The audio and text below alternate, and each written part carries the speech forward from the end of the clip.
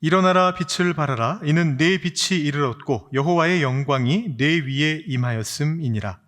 보라, 어둠이 땅을 덮을 것이며 캄캄함이 만민을 가리려니와 오직 여호와께서 내 위에 임하실 것이며 그의 영광이 내 위에 나타나리니 나라들은 내 빛으로 왕들은 비치는 내 광명으로 나아오리라. 내 눈을 들어 사방을 보라. 무리가 다 모여 내게로 오느니라. 내 아들들은 먼 곳에서 오겠고 내 딸들은 안기어 올 것이라. 그때에 내가 보고 기쁜 빛을 내며 내 마음이 놀라고 또 화창하리니 이는 바다의 부가 내게로 돌아오며 이방 나라들의 재물이 내게로 옴이라. 허다한 낙타 미디안과 에바의 어린 낙타가 내 가운데에 가득할 것이며 스바 사람들은 다 금과 유향을 가지고 와서 여호와의 찬송을 전파할 것이며 함께 읽겠습니다. 게달의 양 무리는 다 내게로 모일 것이요 느바요의 순양은 내게 공급되고 내 제단에 올라 기꺼이 받음이 되리니 내가 내 영광의 집을 영화롭게 하리라. 아멘. 이사야서 말씀이 60장의 말씀이 이렇게 많은 이야기들을 담고 있는가 좀 궁금해하시는 분들도 계실 것 같습니다. 저희 1월 달에도 한 달 동안 우리 이 말씀을 가지고 말씀을 전했고요. 우리 지난주에도 이 말씀을 전했는데 오늘 또 이사야서 60장 말씀을 들고 제가 이 자리에 섰습니다. 혹시 다음 주 말씀은 어딘지 아세요? 짐작해 보실 수는 있을 것 같은데 이사야서 60장 말씀입니다. 자, 우리가 이 말씀을 통해서 왜 이렇게 열심히 파고드는가? 다른 이유가 아니라 바로 올해 우리 교회에 하나님께서 주신 우리 주제 말씀이기 때문이죠. 일어나라, 빛을 발하라. 우리 1월 달에는 일어나야 된다라는 말씀을 드렸고 지난주에는 일어나는 데는 목적이 있다라는 말씀을 드렸습니다. 그냥 일어나는 게 대충 엉거주춤 일어나고 끝나는 것이 아니고 우리가 빛을 발하기 위해서 쿠미 오리라는 히브리어를 알려드렸는데 오리, 빛을 발하기 위해서 우리가 일어나야 된다라는 말씀을 드렸습니다. 오늘은 거기에서 한 걸음 더 나아가 보려고 합니다. 오늘부터 앞으로 몇 주 동안에는 우리가 이 거울을 세워서 하나님이 우리에게 주시는 빛을 우리의 이웃들에게 어떻게 반사할 수 있는가 그 실천에 대해서 함께 좀 이야기하려고 하는데 오늘은 그 중에서도 가장 거룩하다고 볼 수 있는 아주 역동적인 실천에 해당하는 선교에 대한 이야기를 좀 나눠보려고 합니다. 한 가지 질문으로 시작을 해보려고 하는데요.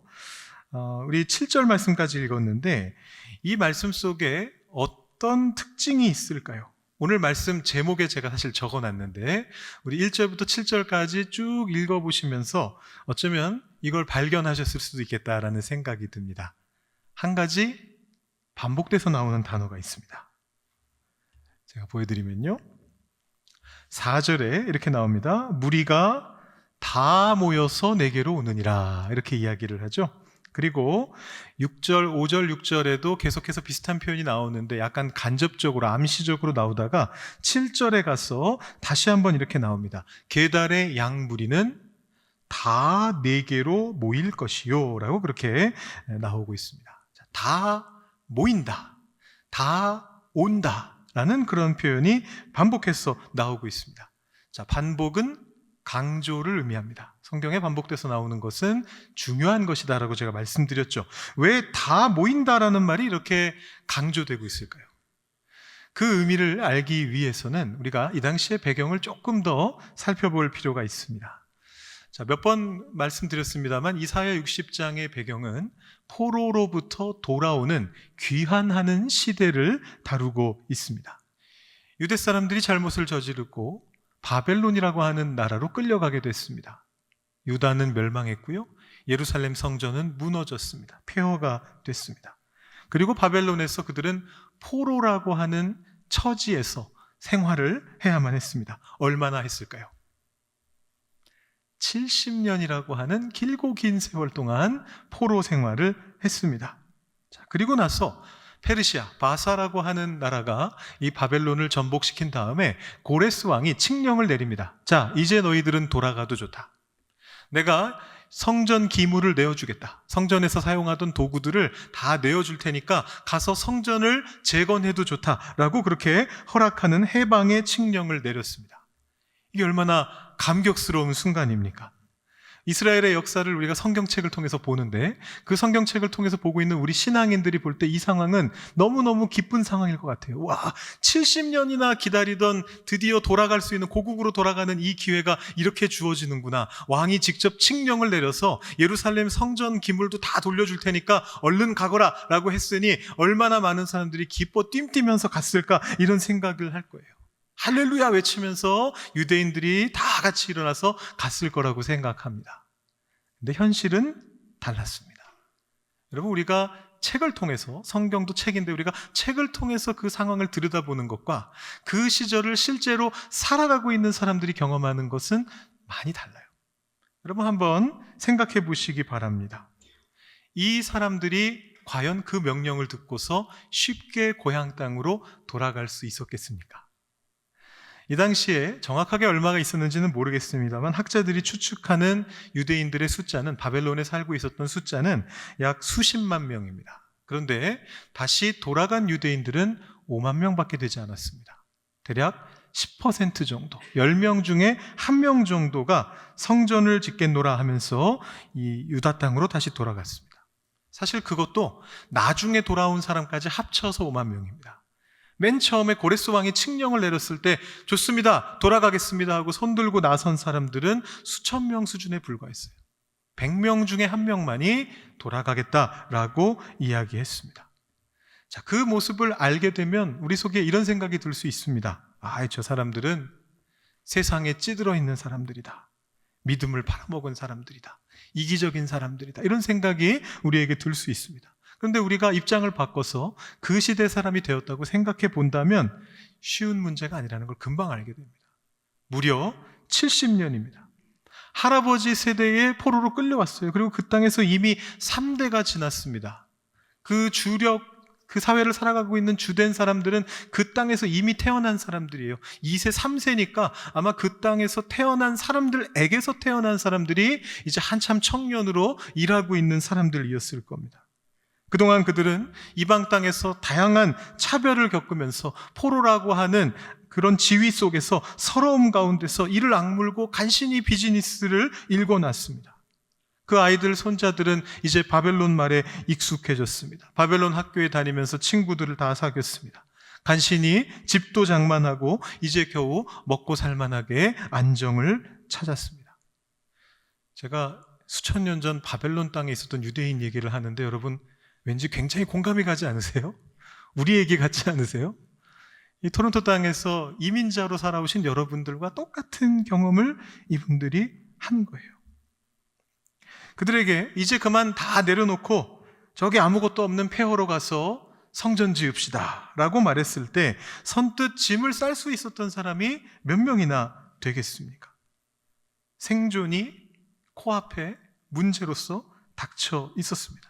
절박한 이유들이 다 있었습니다. 현실의 짐들이 다 있었습니다. 그래서 그들은 눈물을 머금고 남는 것을 택했습니다. 마음이 편하지만은 않았을 것입니다. 안타까운 것은 바로 이 사건 때문에 유대인 공동체가 분열된다라는 것입니다. 하나의 형제였던 이스라엘 공동체가 서로 싸우게 되었습니다. 여러분 생각해 보십시오. 예루살렘으로 떠난 사람들은 어땠겠습니까? 폐허와 같은 곳에서 가난과 싸우면서 짐승의 위협을 견뎌내면서 집을 짓고 성전을 짓고 성벽을 쌓아 올리면서 그 마음속에 어떤 마음이 싹텄을까요? 즐겁고 행복했을까요? 원망이 싹트기 시작했습니다. 왜 우리만 여기서 이렇게 개고생을 해야 하는가? 그 사람들은 거기서 지금 고기 먹으면서 따뜻한 집에서 배 두드리면서 있을 텐데 우리만 왜 이렇게 여기에서 힘들게 살아야 하는가? 원망이 그 마음속을 사로잡기 시작했습니다. 분노하기 시작했습니다.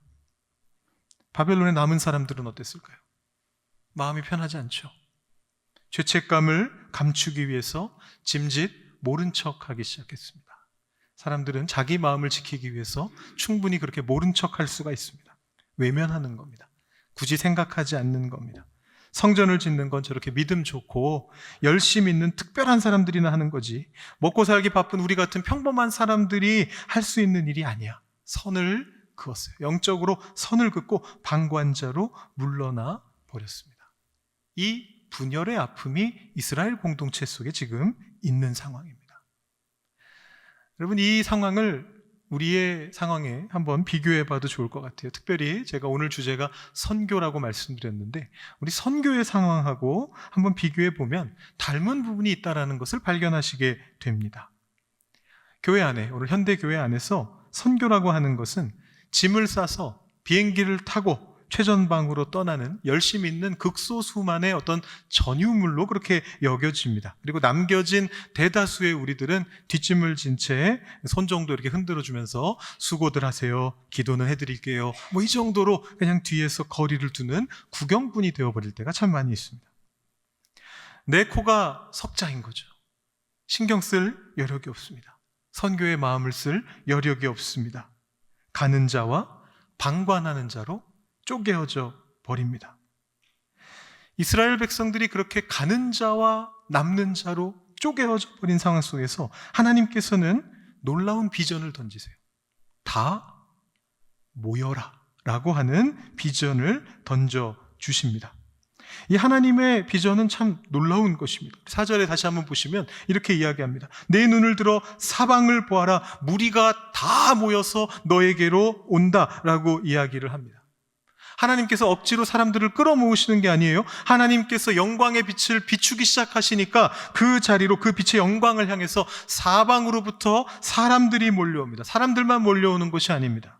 온갖 부가 몰려 들어온다라고 이야기합니다. 여러분, 이 스케일을 한번 상상해 보셔야 됩니다. 그럼 말씀을 보시는데 이 지명이 어디인지 전혀 모르시기 때문에 이게 도대체 무슨 소린가 생각이 드실 수가 있어요. 여러분, 이 지도를 보시면, 완벽한 지도는 아닙니다. 학자들이 유추한 것인데 이 지도를 보시면 여기에 나와 있는 지명들이 나오고 있습니다. 이스라엘로부터 멀리 떨어진 이방 열방으로부터 온다라는 거예요. 미디안과 에바에서 몰려오는 허다한 낙타떼들, 스바 사람들이 바리바리 싸들고 오는 금과 유향, 게달과 느바요의 가축들, 이방인들이 그런 것들을 가지고 모여들 것이다라고 이야기합니다. 하나님께서 이렇게 말씀하고 계신 겁니다. 보아라, 나의 거룩한 역사를 이루기 위해서 저 멀리 낯선 이방의 사람들과 이방의 재물들조차 내 영광의 빛을 받아서 한 곳으로 다 모여들고 있는데, 하물며 내 사랑하는 백성들인 너희가 가는 자와 남는 자로 찢어져 있어서야 되겠느냐. 너희들도 모여라, 마음을 모아라 라고 말씀하십니다.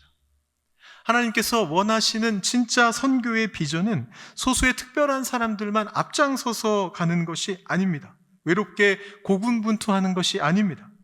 폐허 같은 사역의 최전방 현장에서 땀 흘리는 자들과 멀리 떨어진 곳에서 머물지만 그 삶을 견뎌내는 가운데 같이 마음을 모으고 자원을 모아서 오직 하나의 거룩한 목적을 향해서 하나 되는 그 자리에 하나님께서 선교의 일을 이루시겠다라고 이사야 60장에서 하나님께서 말씀하고 계십니다. 이 구약시대의 놀라운 비전을 가장 완벽하게 깨달았던 사람들, 자신의 삶으로 실천해냈던 사람들이 바로 신약시대의 초대교회의 성도들이었습니다. 신약시대에도 복음을 전하기 위해 떠나는 순회 전도사들이 있었습니다. 순회 선교사들이 있었습니다. 자신의 것들을 다 내어놓고 짐을 챙겨서 떠나는 것입니다. 배고픔과 박해의 위험을 감수하면서 길 위에서 생명을 걸고 복음을 전했습니다. 그런 사람들이 다수였던 건 아니에요. 소수예요. 대부분의 남은 성도님들은 고향을 떠나지 않고 자기 동네에 남았습니다. 우리들처럼 가정을 꾸리고 밭을 갈고 생업에 종사하면서 평범하게 살아갔습니다. 그러나 그들은 결코 복음의 구경꾼들이 아니었습니다. 사도 요한이 요한 3서에서 이렇게 말을 합니다.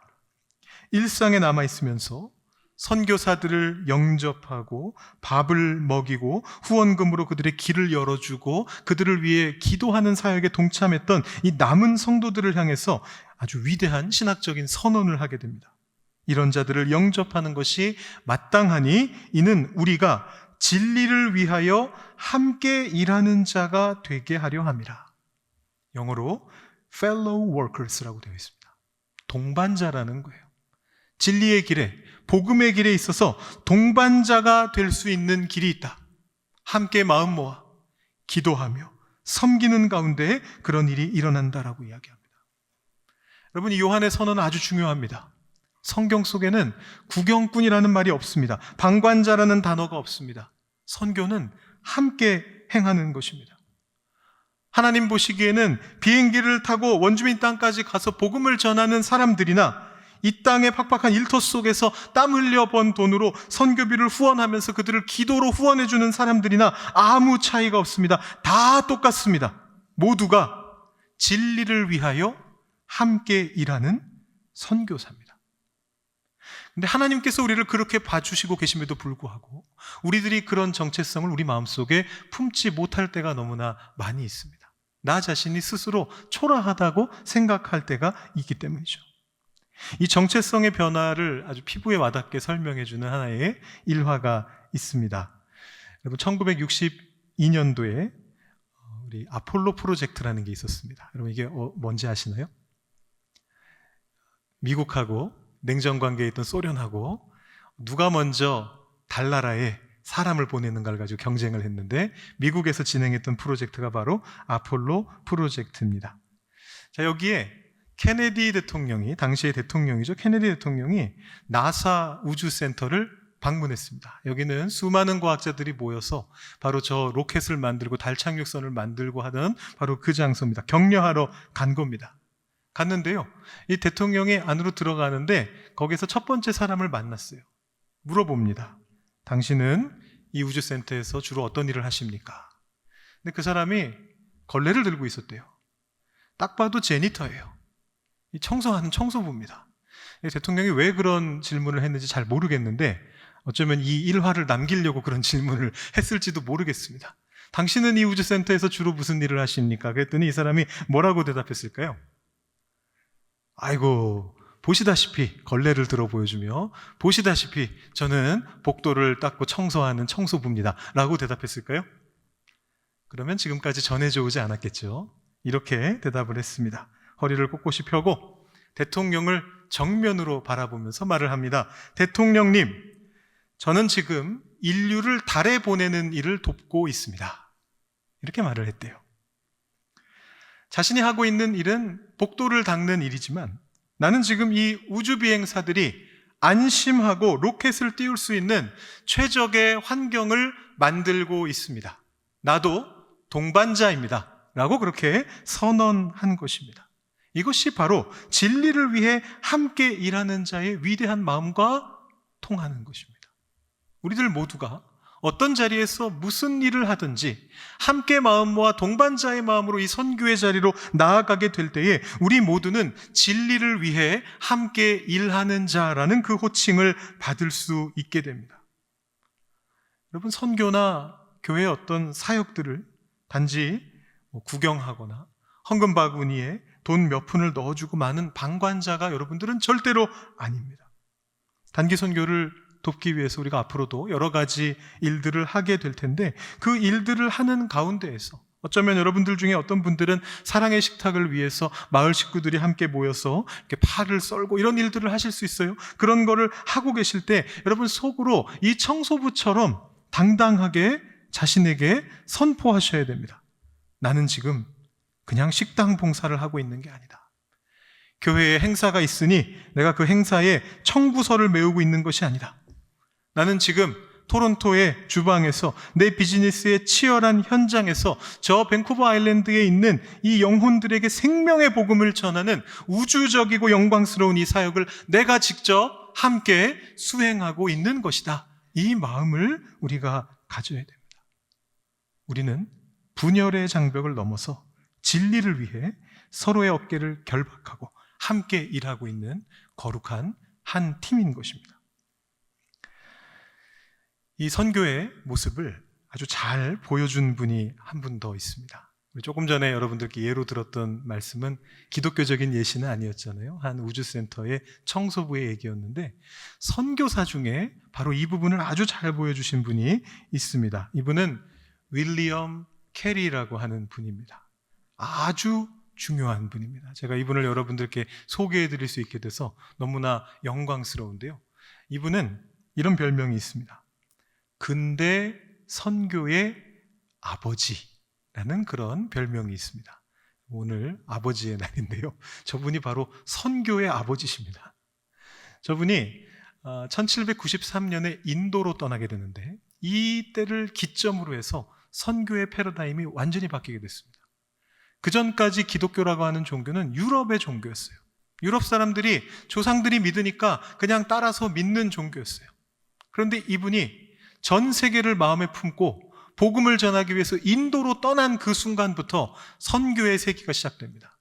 역사학자들이 별명을 붙여놨습니다. 19세기는 위대한 선교의 세기였다라고 그렇게 별명을 붙여놨습니다.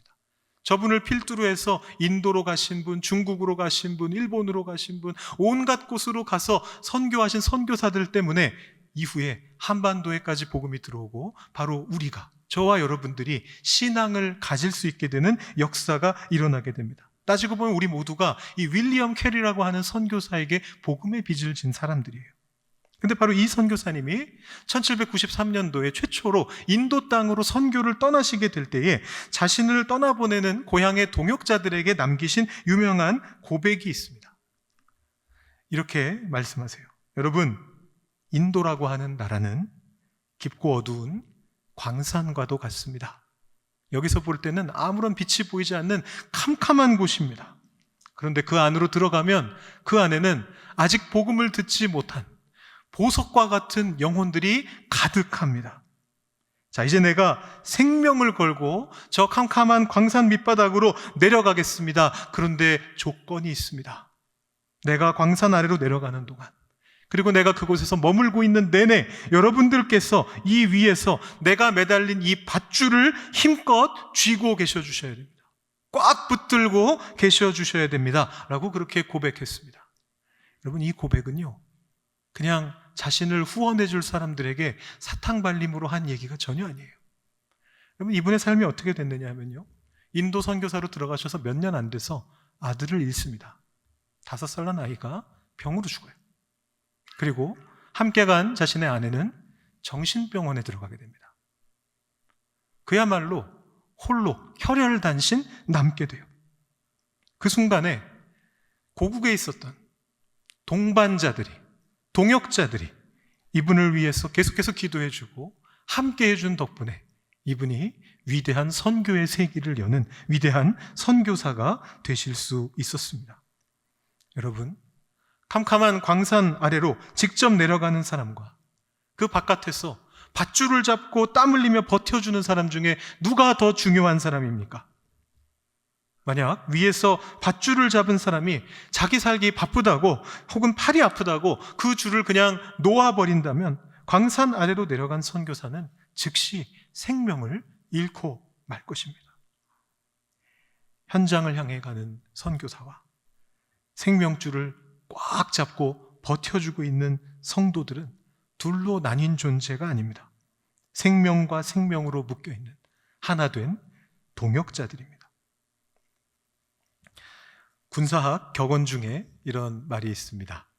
아마추어는 전쟁을 수행할 때 전술을 말하지만 진짜 프로는 병참을 말한다. 그런 말이 있습니다. 병참이라고 하는 건 보급을 말합니다. 먹는 것을 말합니다. 이게 그렇게 중요하다라는 것입니다.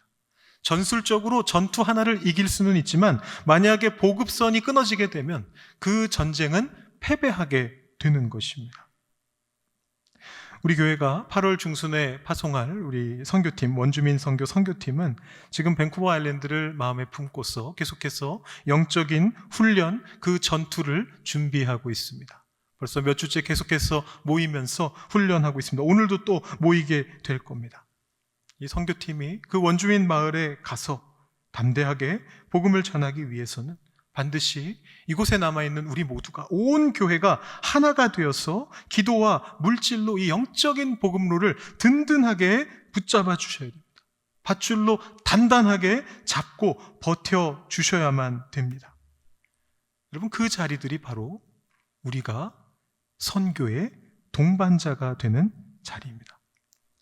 사도 바울이 감옥에 갇혀 있을 때 빌립보 교회 성도들이 아주 먼 곳에서 정성껏 헌금을 모아서 에바브로디도의 편에 보낸 적이 있습니다. 그때 바울이 어떻게 고백하느냐 하면 이렇게 눈물의 고백을 하게 됩니다. 빌립보서 4장 18절 말씀인데요. 이는 받으실 만한 향기로운 제물이요 하나님을 기쁘시게 한 것이라. 나를 기쁘게 한 것이 아니고 하나님을 기쁘시게 한 것이다 라고 그렇게 이야기를 합니다. 그런데 그것이 입에 발린 말이 아닙니다. 자기 자신이 그 헌금을 통해서 무슨 이익을 얻었기 때문에 혹은 그것 때문에 어떤 좋은 일이 생겼기 때문에 감사의 말로 그냥 한 말이 아닙니다. 바로 앞절에서 바울이 이렇게 말을 합니다. 17절에서요. 내가 선물을 구함이 아니요 오직 너희에게 유익하도록 풍성한 열매를 구함이라 라고 그렇게 말을 합니다. 그 과정 속에서 하나 된 공동체가 모두 유익을 얻을 수 있게 된다는 것이 바울의 말이에요. 신앙의 유익을 얻게 됩니다. 선교지로 향하는 선교사들과 그들을 후원하는 모든 이들이 함께 기도로 한 마음이 됐을 때 이 공동체가 유익해집니다. 그래서 하나님께서 기뻐하시는 산 제물이 되는 것입니다.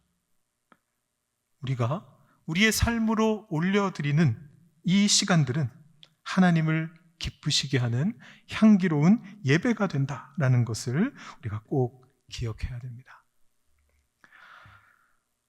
어제 우리가 사랑 나눔 바자회를 참 아름답게 마무리했습니다. 아까 광고 시간에 말씀드렸듯이 참 많은 분들 참여해 주셨고 정말 많은 분들이 와주셨고 또 와주시지 못한 분들도 여러분들이 마음속으로 기도해 주시고 후원해 주시고 생각해 주시고 했던 그 모습들을 저희가 함께 살펴봤습니다. 그래서 제가 어제 바자회를 마치는데 많이 힘들더라고요. 또 오늘 제가 설교를 해야 되지 않습니까? 그래서 제가 약간 반 농담으로 몇몇 분들한테 그런 말씀을 드렸어요. 제가 내일 단위에 올라가서 2마디만 하고 내려올 수도 있습니다. 이 말씀을 제가 설교 시작할 때 했으면 여러분들 기대하셨을 텐데 이미 설교 다 하고 이런 말을 하고 있네요. 제가 2마디만 하고 내려올 수도 있습니다. 오늘 바자회, 어제 바자회 너무 좋았습니다. 잘 마쳤습니다. 이 2마디만 하고 제가 내려올 수도 있습니다. 그런 말씀을 드렸었는데요. 사실은 광고 시간에 특히 수고 많이 하신 분들이 또 계시잖아요. 다 수고하셨지만 특히 수고 많이 하신 분들이 계셔서 그런 분들을 좀 호명하면서 감사의 말씀을 드릴까 했는데요. 생각해 보니까 어느 분까지가 특별하게 고생을 더 많이 하신 분인지 조금 구분하기가 쉽지 않더라고요. 그래서 제가 그렇게 하진 않았는데 아마 참여하신 모든 분들, 찾아주신 모든 분들이 어떤 분들이 특히 특별하게 수고를 많이 하셨는지 다 아마 이미 알고 계실 거라는 생각이 듭니다. 여러분들께서 감사의 말씀도 좀 전해주시면 너무 좋겠고요. 그런데 그분들뿐만 아니라 모든 분들이 아까 말씀드린 대로 참여해 주신 분들, 찾아주신 분들, 기도해 주신 분들, 생각해 주신 분들, 그 모든 분들이 하나님께서 다 모여라라고 말씀하시는 그 명령대로 모여주시고 그 가운데는 또 어떤 분들도 계셨냐 하면 부모님을 뵈러 온 2세 분들도 여럿 계셨고요. 예전에 저희 교회 EM 다니시던 분들 많이 찾아오셨고 어떤 분들은 동네 주민들을 다 초청하셔가지고 그 동네 주민들과 함께 오신 그런 교우분들도 계셨고 또 어떤 분들은 우리 교회 다니지 않으시고 다른 교회 다니시는 교우신데 우리 교회의 말씀을 이렇게 온라인으로 들으신다고 하시는 그런 분들도 계셨고 수많은 분들이 찾아주셔서 이 바자회가 잘 마무리됐습니다. 모든 분들께 감사드리고요. 그리고 저도 꽤 수고했습니다. 여러분 저 어디에 있었는지 보셨습니까? 제가 요 한쪽 뺨에 솜사탕 그림 그리고 페이스 페인팅 하고서 솜사탕 코너에서 아이들한테 솜사탕도 팔고 또 중간중간에 다른 분들 어떻게 하고 계시나 이렇게 돌아보기도 하고 하면서 저도 계속해서 이 바자회를 끝까지 다 참여를 했는데 그리고 나서 기도로 마무리하고 여러분들 다 떠나신 후에 저 혼자 교회에 남아서 이제 오늘 말씀 마무리 준비하면서 한 8시 반쯤 9시쯤 제가 교회를 마지막으로 떠나게 됐습니다. 그러면서 밖에 나갔는데 많은 분들이 그렇게 수고하신 이 바자회 했던 곳이 이제 다 치워지고 깨끗하게 되고 거기로 노을빛이 해가 지면서 노을빛이 쫙 비치고 있는 그 모습을 보니까 제가 좀 감상적인 기분이 들었어요. 제가 그렇게 감성 있는 사람은 아닌데 그걸 보다 보니까 저도 상당히 복받쳐 올라오는 감성을 느꼈습니다. 그래서 그걸 저 혼자 느끼기가 좀 그래서 사진을 한번 찍어봤어요. 오른쪽에 있는 사진은 이제 막 처음에 세팅하던 때, 바자회 준비하면서 세팅하던 때 사진이고요. 왼쪽에 있는 사진은 같은 장소를 다 끝나고 한참 뒤에 깨끗하게 치워진 다음에 노을빛이 비치는 밤 9시에 찍은 사진입니다. 여러분, 이 자리에 여러분들의 수고가 있었고요. 무엇보다 하나님께서 함께 하셨습니다. 하나님께서 여러분들에게 그 마음을 주셨고 하나 되게 하셨습니다. 여러분, 선교도 마찬가지입니다. 지금부터 우리가 마음 모아서 이 선교를 함께 준비해 가게 될 때 우리는 떠나는 선교팀과 남는 교우로 그렇게 정해지는 것이 아닙니다. 떠나는 선교팀과 함께하는 동반자로 구분되게 됩니다. 함께 기도로서, 후원으로서 함께 해주시는, 밧줄을 잡고 버텨주시는 성도님들이 계실 때 이 선교가 하나님의 선교로 완성될 수 있습니다. 어려운 일이 아닙니다. 오늘 주보를 살짝 넘겨보시면 제가 여기에다가 이상한 이름을 가진 마을을 소개해 놨습니다. 도대체 이게 뭔가 이런 생각이 드실 수가 있어요. 제가 칼럼에다가 오피삿이라고 하는 발음하기도 쉽지 않은 이상한 마을을 소개해 놨습니다. 사진도 하나 실어 놨습니다. 여러분, 어려운 일이 아닙니다. 그냥 이 마을을 보시면서 기도하시면 돼요. 이번에 뭐 선교팀이 어디 간대던데 그냥 그러고 지나가는 게 아니라 오피삿이라는 마을로 간대. 거기에서 하나님 말씀을 전한대. 주님의 사랑을 전할 거래. 그걸 여러분 알고 계신 것만으로도 이미 이 선교에 동참하고 계시는 거예요. 마음이 가는 곳에 눈길이 가고요. 눈길이 가는 곳으로 손길이 갑니다. 그 자리가 여러분이 동참하시는, 동반하시는 바로 그런 자리가 될 것입니다.